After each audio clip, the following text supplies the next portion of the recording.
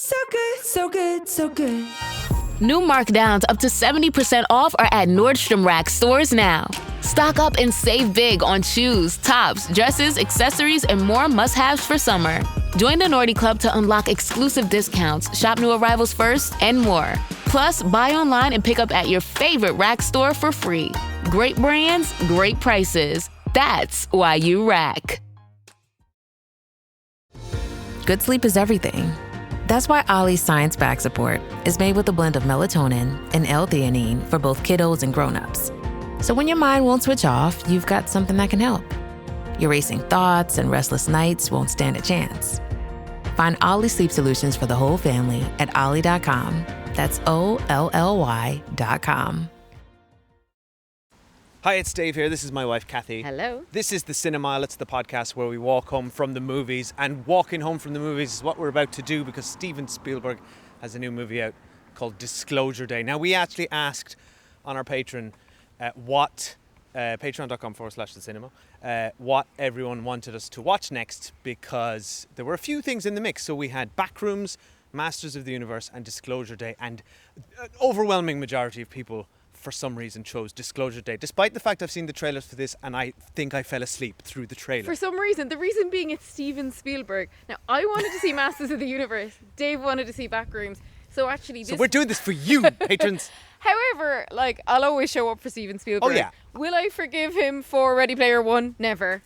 Do I love a lot of Spielberg films with all my heart? Absolutely. Yeah.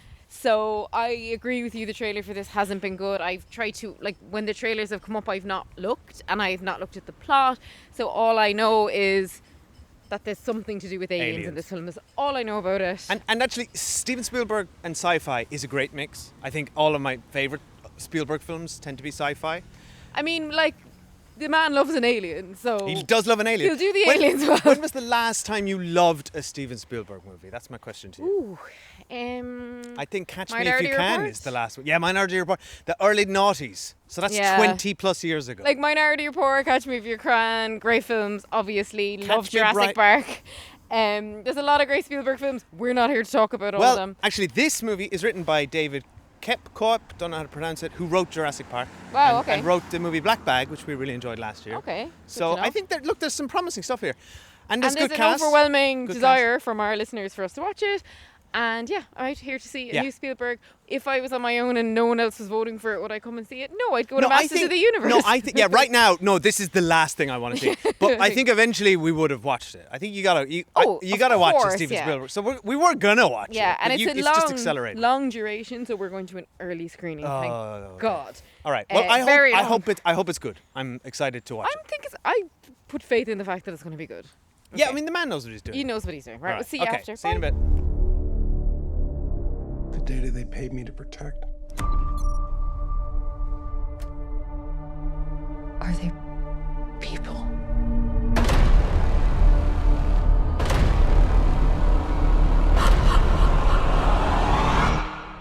No.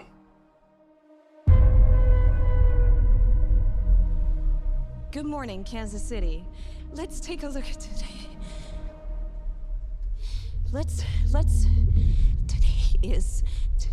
Today's. Do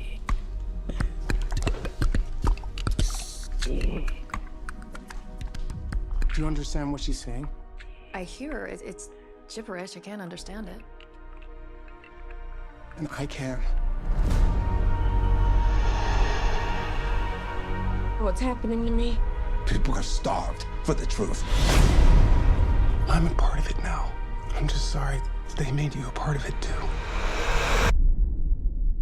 Hello, Jane. Please.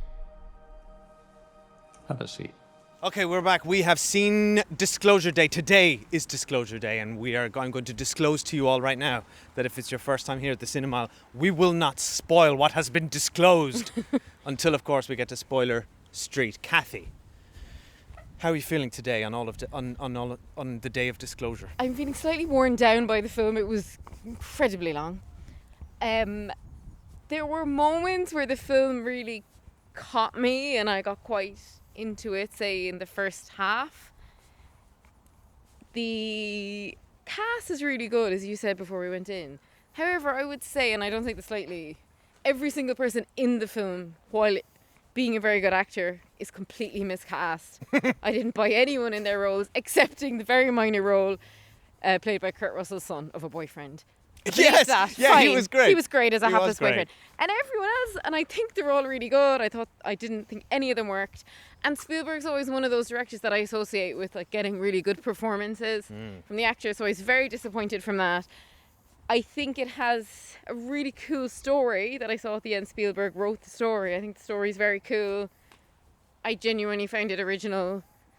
I felt a lot of hints of his previous work in here.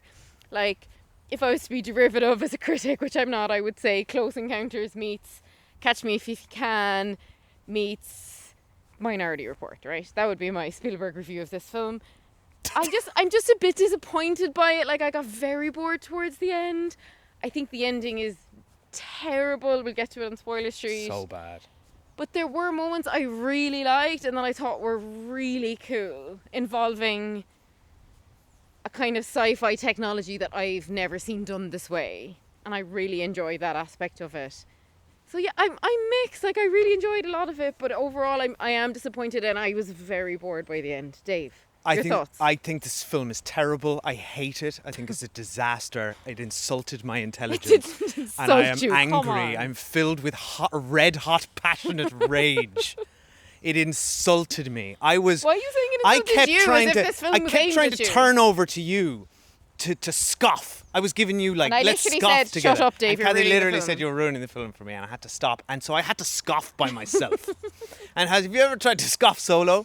I was squirming in my chair by how stupid this film was. How absurd the actions of everybody in it mostly are. How little David Cope seems to have thought through the actions of one of the most powerful, allegedly one of the most powerful and secretive organizations in the world, who are incredibly incompetent. The characters are flat and boring, So and I boring. didn't give a single shit about any of them except Emily Blunt, who I do think is the heart of the movie. She is, yeah. She does a great performance, and I think the film lit up when her and what is it, Wyatt Russell? Is Kurt Russell's son? No. Um, Captain America, the bad Captain America. when they're on screen together, I was like, oh, Yeah, that was really I want to fun. watch this movie. Yeah. This is good. When Josh O'Connor and Eve Hewson are on screen, I wanted to leave the cinema. And I really like They them are- both. oh, they're great That's why actors. I was so confused. I was like, these are two actors that I genuinely enjoy watching normally. They are. Why do they look like brother and sister and act like a brother and sister who've got a polite but distant relationship? Yes, that's exactly it. Supposed to be madly in love with each other. It's like a Thanksgiving dinner where they're awkward because of an incident that's happened. It's like Or like what? they're twins that were Who separated are these at people? birth. They are so boring. Yeah. And from the off, they are supposed to be our protagonist. No, and then Emily Colin- Blunt's the protagonist. Yeah, but that's what I mean. But you don't start with Emily Blunt. You start with those two, and that's what I was like. Oh my God, this is, and the dialogue is dreadful. I think bad. David Cope is a good writer. None of that's on display here. I don't know what went wrong. The dialogue is dreadful. Poor old Colin Firth. When he shows up in this opening like Bond scene, which we'll talk about, with this trade-off, I'm like, we were on rocky territory. I've never seen Colin Firth like bad in a film until this Colin film. Firth is dreadful in this. Now obviously take everything I say with a grain of salt. This is still a decent Yeah, film. exactly. This is a Steven Spielberg Yeah. film. The man can't make a bad film. Like, it's not bad. Objectively, there are we did see Ready Player a One, million. Yeah, Ready Player One is a bad film. That's true. That's a disaster. But of a apparently film. he didn't But even make it but and was like on a different continent when it was happening. obviously, yeah, he made it remotely. It was remote work. Look, Stephen, we This- all phoned it in remotely. this movie obviously, so it's totally watchable and fine and serviceable, and it looks great. And in fact, there are some really good moments. There's a great scene we'll talk about in Spoiler Street, sort of pseudo interrogation scene, which I, I thought meant to was say very good. the actual live, like the real effects. Beautiful movie making magic. Love to see that on screen, and of course Spielberg does that well. Yeah, and there's some of the action scene. He can deliver action scenes. They're fine. They're fine. But again, like, there's no memorable action scenes here. Like, this is one of the man who's produced some of the most incredibly well choreographed action scenes I've ever seen. So there's none of that. There's no spark here. There's no flair. But again, that's it. Yeah. But I was just so insulted at how bad these two great filmmakers was. And I'll get into Spoiler Street, but the whole premise What two great of this... films? What?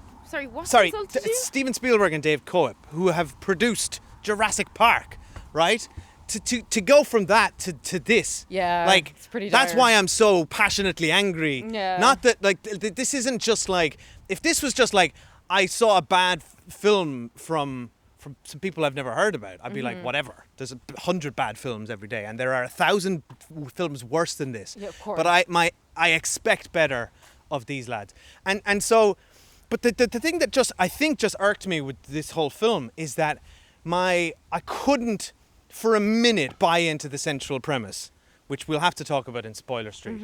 Like, the whole Disclosure Day thing, to me, is so absurd. This film is so out of touch with reality Yeah, but I that was it able thought to that park anything that happened would... But I couldn't. That's... If you were able to park that, and I hope some I of our did park listeners it, were yeah. able to park it and get some enjoyment, because the film asks a lot of you to be able to suspend your disbelief to the point of absolutely incredulity. This isn't how human beings act. This isn't how human beings would respond to anything that happens, and that's not how newsrooms work. I think we should go to spoilers. So before we get to spoilers on positives, and just to say it again, there are some very cool effects. There's some really good, legitimate, like, cars driving through houses and, like, proper, like, visuals that I really enjoyed. The stunts are good. I'm so disappointed with Josh O'Connor. I can't tell you how much I love him in other films. He's usually, like, sparkling with personality and charm, and He's got nothing to work with. we've seen him here. being a tortured poet in the recent Knives Out. Like, he can do everything, and yet in this film he's doing nothing. Yeah. And I know you think Emily Blunt was great in this. I think she was really miscast, albeit her character was the most interesting person in the film, and she did a really good job. Coleman Domingo, who I love, who's one of my favourite newly discovered to me actors from the likes of Four Seasons, which, you know, He's great. He's great. I can't believe how bad he was in this film. You're right. Everyone you're in this right. film is You've bad. nailed it. It's just everyone's just. But is it miscast, or is just like, who can deliver this shit? Right? It's I just don't think there's no. I think it all comes back down to the page. Like, I actually think everything is the script is the biggest problem here. But also but not the story. Spielberg. The story's cool. I maintain the story's It's cool. not. I actually disagree with you there. It is think the not. story's cool. It's the story is written. The story is, like, so out of touch and out of date, and I feel like has been told a million times. There's nothing in this film I feel like I haven't seen before. There is stuff I feel I haven't seen before. So will we go to Spoiler Street and talk about them? Let's do it. Yeah. So you might hear a quick ad, and then we're gonna go. Study and play come together on a Windows 11 PC. And for a limited time, college students get the best of both worlds. Get the Unreal College Deal. Everything you need to study and play with select Windows 11 PCs. Eligible students get a year of Microsoft 365 Premium and a year of Xbox Game Pass Ultimate with a custom color Xbox wireless controller. Learn more at windows.com/student offer. While supplies last. Ends June 30th. Terms at aka.ms/collegepc. Go to Spoiler Street. So I'm just so Yeah, you need pissed to off. chill out. It's not that bad. And actually, there were huge chunks. It got of this worse. Film. I'll It got get into the worse. bits that I was really enjoying. Right. Okay, full spoilers now. Full Reminder. spoilers. So, as we said, all the stuff with Emily Blunt and the boyfriend in the apartment at the beginning, and their argument about where they're going to live, and the bird coming in, and her being the weather woman, All and that her stuff's great. speaking Russian, unreal, right? Really that good. was so good, and I agree with you. Like, in fairness, she's very good in those scenes. And I was just genuinely good fun. The Josh O'Connor stuff at the beginning, I thought it was interesting that the film kind of opened in, like, the middle of a scene that, like, we couldn't really follow. So at the beginning, I was like, this is intellectually interesting to me that I can't follow it, but I'm incredibly bored. Yeah. Because Yes. the film felt like it opened halfway through a scene that I couldn't follow. Very confusing, the whole Eve Hewson being a nun thing. Don't know what that was about. Those two together, like, literally Hansel and Gretel, right? Like, what's going on? Why are these siblings a couple? Then everything to do with them was terrible. However, as soon as Colin Firth picked up the, like, this is where I was thinking Minority Report, obviously. it just had that vibe. When Colin Firth picked up the thing and he went into Eve Hewson's mind. Yeah, that stuff's great. Class. Yeah. I loved that scene.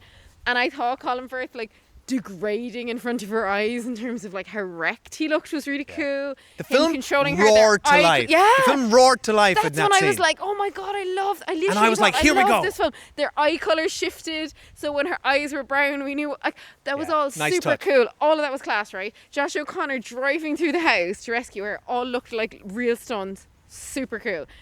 And then after that, I'm like, okay, so but now why aren't you putting a blindfold on her?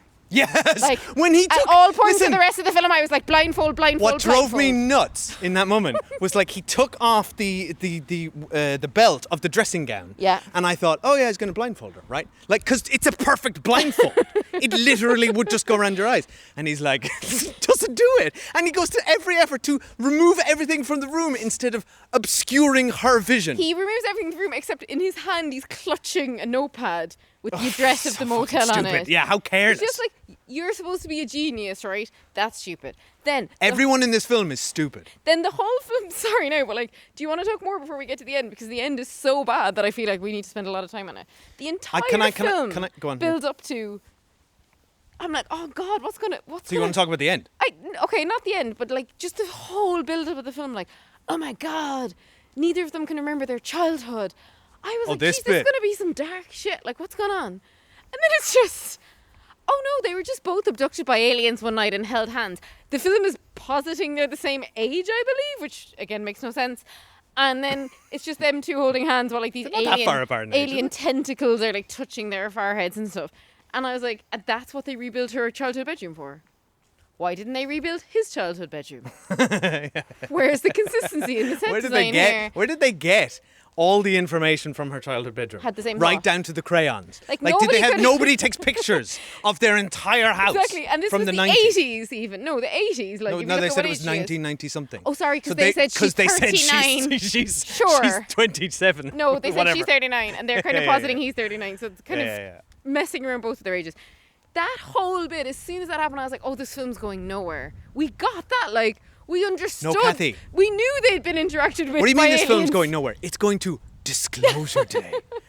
The biggest event that has ever happened But to then, humanity. right after that, again, there was like a very fun scene where they're kind of invisible and cops are like bouncing off cars and stuff. So it kept kind of. Oh, sorry, that was really brilliant. fun, I loved yeah. the invisible The scene. action stuff was really good. Do you know what's really missing now? When I think back to like older Spielbergs, right? And we've actually covered both Jurassic Park and E.T. over on our Patreon, by the way. There's this sense of wonder. Yeah, I was through a literally about to say eyes. Wonder. That really Wonder and works. awe is missing from this movie. Wonder and awe. But in this, sorry, it's just like a load of adults looking at phone screens. No, but like, this is no sorry. wonder and there's no awe. It's just, so what do you, like, one person goes, oh, is it AI? And they go, no, don't worry, we verified. Oh my God, this fucking line! Because obviously it's like, obviously at some point, and I don't think it was David Cope even occurred to him, and I'm maybe being a bit harsh here, but somebody probably said, you know, in the world, like, you know, we live in a world now where nobody believes anything they see anymore. Yeah. And then he goes, oh, that's fine, we'll just have somebody say, you know, but what about AI? And then somebody in a newsroom in fucking New York says, no, these are verified ground pixels. Kansas people were being manipulated, whatever.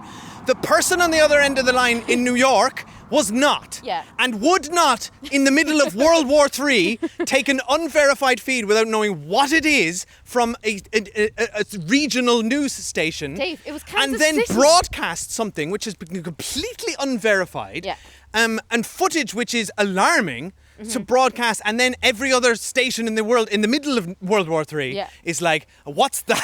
What's that? You've got some crank saying that aliens are real? It was we almost must like run they that. were forcing, it was almost like they forced the feed out to BBC and NBC and stuff. Putting all that aside, because it's obviously redunculous and would never ever in a million years happen, right? We're in agreement on that. Ridiculous, right? What bothers me is, in the end, none of the cool shit mattered that happened earlier. It was just, oh, they were visited by aliens when they were kids. Aliens are real. And then at the very end, an alien is like literally wheeled out to meet Granddad Emily Blunt. alien in his wheelchair. And then it like whispers to them, and then the film ends on Emily Blunt saying what? Listen. And I was like, wait, that's it? Like, Coleman Domingo's plot made no sense. It went nowhere. There's a ton of loose ends there. It didn't matter whether or not she remembered. The memory bit never went anywhere.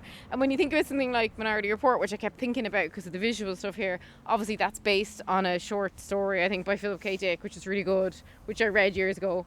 This is based on nothing. It's an original story. And I as I said, I liked the story, and I think the story is really good, but just while being too long let it down. What really, and back to the ending again, it's like, wait, it's all for this? For Emily Blunt to look at a camera and say, listen? Like, when it ended, we both literally went, for fuck's sake. I mean, I do think there's almost something interesting here with this whole idea of, like, can humanity handle this? Will society collapse, or do you know, it's optimism versus cynicism, and there's some stuff with religion baked in here. But it doesn't. None of it comes together. Eve Hewson's character gets sidelined. It just doesn't work. But also, can I just for a minute, and let's wrap up because I need to go and take a cold plunge. Can I just reel off a few, like, just absolute nitpick things which drove me nuts about this, like, shadow organization called, like, the most bland name, Vortex or whatever they were called. Like, okay, number one. So they arrange a top secret meeting with Josh O'Connor because they've kidnapped his girlfriend at a wrestling match. Then they take the bag off him and they say, you stay here, we're going to verify it outside. And then they bring him outside. Why not just meet him out there in the first place? That doesn't make sense. There's so much stuff here that's not thought through. They wanted to get a fight scene in for some reason that added nothing to the film. It's so absurd. How about when Colin Firth goes into the mind of Hugo for a minute, and they have quite a good scene, quite an interesting scene. You know, they have history. There's sometimes this movie does spark that to life. was good, even though I maintain I would bet my life in it they weren't in a room together, the two actors. And then probably not. And then there's a moment where two of his subordinates come in through the door, and he's like, no, get out, because he knows that, you know, Colin Firth can't see anything here, or he'll have a clue. And I liked the idea I liked the idea which we've seen previously of them piecing together clues. I loved, that was cool. Like, the interrogation scene with him and Eve Hewson is the best scene in the movie. It is. That's great. But he's like, get out, you can't do this, they're going to find out where we are. And then Colin Firth snaps off his thing and he's like, I've got them. And then he goes over to a wall of 12 people and he said, bring it up. And he's like, him and her. And then they said, now we can trace their cell phones. And it's like, what? You already knew the 12 people that were missing. Yeah. Why didn't you trace all of their cell phones? Because they're inept. It doesn't make any sense. What information do you have now that has changed? Yeah. Nothing. You knew those were You two needed of the 12 to see people. something from Here's his eyes that was a clue that they couldn't have gotten otherwise. It's so stupid. Yeah. It's like none of the minute-to-minute stuff makes sense. There's another bit where, like, they arrive.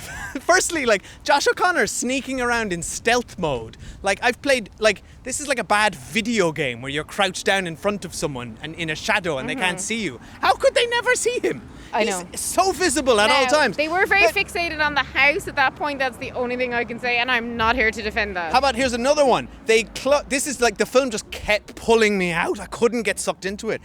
Eve Hewson does a clever thing, puts the rock on the car, sails it over a cliff. I was like, yeah, that's clever. That was cool. Get out of there. Get the fuck out of Dodge. No, hide behind a rock. Yeah, and watch them. 1 meter away and watch them. Don't wait for them to leave. Get up while they're still there and then wander off and hope that they don't turn around. What about the scene when Josh O'Connor was in a field and all of it turned into, like, remember that movie with Mel Gibson? Yeah, Signs. And it was like a maze. Because crop circles. But Because aliens crop circles. But nothing else in the film like that happened. No. So that didn't make... The only things that were happening in the film were communications, which were class, which was Emily Blunt understanding people she shouldn't, and Josh O'Connor understanding things like via math. That stuff's great. Yeah, so but that's the Josh O'Connor really stuff was like he was a useless character. He's he totally was just useless. carrying around. But why is there a crop circle all of a sudden? It was like, well, oh, sorry, are we watching a different film? And then we never saw the crop circle maze again. It was so weird. Sorry, his only purpose was to carry around 50 USB sticks in a case. 50. Yeah. And it's just videos. Like, you could fit all these fucking videos on one USB stick. Yeah, and like, couldn't you just for movie's sake just have it be one USB stick so we don't have to have a scene of him plugging USB sticks 'Cause at a time into an adapter. At one point I did say to Dave, is this set like 20 years ago? But then Dave pointed out, no, Emily Blunt had an iPhone at the beginning. No, Kathy, it's written by people who haven't evolved past 30 years ago. Like, they still think we're in the 90s. But actually, Spielberg, I wish he'd just make a movie set in the 90s. I'd really enjoy that. I don't feel like just set it in the 90s. Yes, exactly. Modern, or set it in the distant future. And then I would right? believe that getting a message out via regional TV station is a viable method. But also set it like Minority Report, alternative fictional dystopian future. Yeah. Setting it right now, but with like the sentiment of an early 90s like cable news, really just doesn't make any sense. But look, again, as I said, I much more than you, I can park the news stuff. I couldn't. But the ending is just so disappointing. I would say like top 5 worst endings of all time. It's very bad. Can I have one last nitpick and then I'll shut up? We gotta go. Okay, the last one is this is supposed to be the oldest US government installation. And by the way, annoying like Independence Day that they just set the whole thing not just in the US but in Kansas. I'm like, what? Oh, so the 2 people that the aliens abducted were, of course, from like the United States of America. But like this shadow organization, which runs, it has infinite resources. Not even the president knows about it. They arrive at the warehouse. They finally caught them in the invisible house from Emily Blunt's childhood. And they rock up with 20 squad cars and 50 guys. And they're all in there. And then 2 invisible fire trucks leave. Again, good scene, but like 2 invisible fire trucks leave in 2 different directions. And the henchman, who was just dreadful throughout the whole film, turns to Colin Firth. But which one do we follow?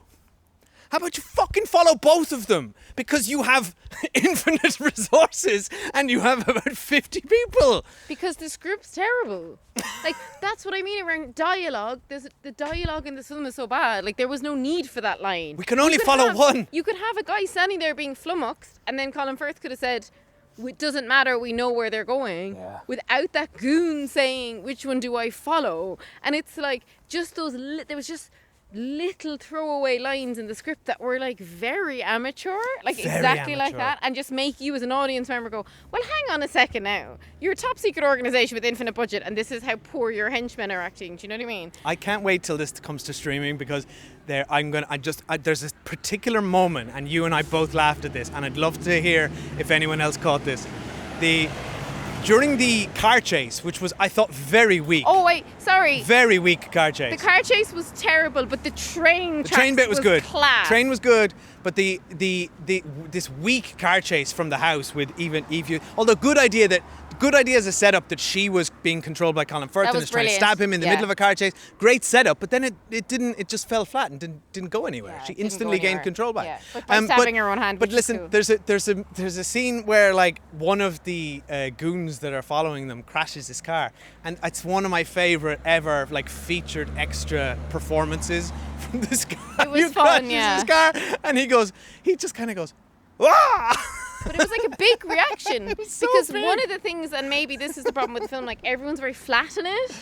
Like Yeah. everyone's performances, I don't know, they were just a bit flat. And I include Emily Blunt in that. Like, I don't think she was freaking out No, enough. she's not flat. She for someone is who's like full of suddenly life speaking in in Russian and all the rest. I don't know. She didn't work for me. I at thought all. Emily. You can argue Emily Blunt is miscast. That's fine. But Emily Blunt came in and did a great performance and brought this film to life with her sheer will. I thought she was great in it. She also had the best written character, though. Anyway, Yeah. we digress. We need to go. Would love to hear if anyone liked it. Let us know. I'm dying to read reviews of this now. I'm going to hoover them up because we've avoided them obviously before we saw it, and I can't wait to see if all the Spielberg stands are coming out for this one. And we're going to go straight on to our own Patreon, patreon.com/theCinemile for a spoiler chat about this. Patron Daniel Bennyworth Gray has already set one up, so if you're a patron, head over there to the movie chats section, and we're going to be right in there. Let's keep the conversation going, and if you'd like to join, we just covered Widow's Bay eps 1 to 5 spoiler specials, and the finale is on Wednesday, and we're going to be doing the next 5 episodes, and after that, House of the Dragon, by popular request. Weekly and if episodes. you aren't on Patreon, come over to Instagram and send us a message and let us know what you thought. And thanks for listening. Oh, you can email us thecinemile@gmail.com. Bye everyone.